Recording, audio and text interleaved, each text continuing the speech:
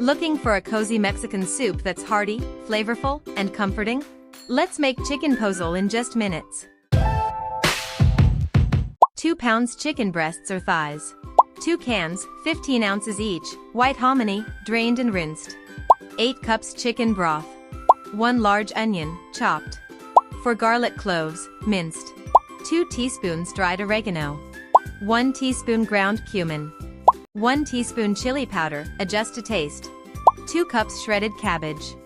4 fresh radishes, thinly sliced. 2 limes, cut into wedges.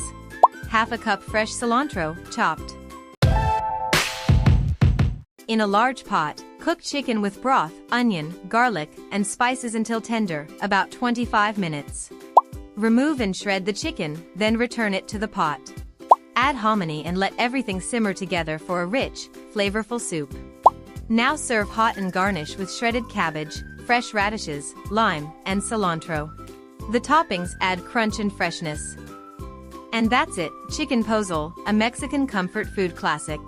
Like and subscribe for more quick and tasty recipes.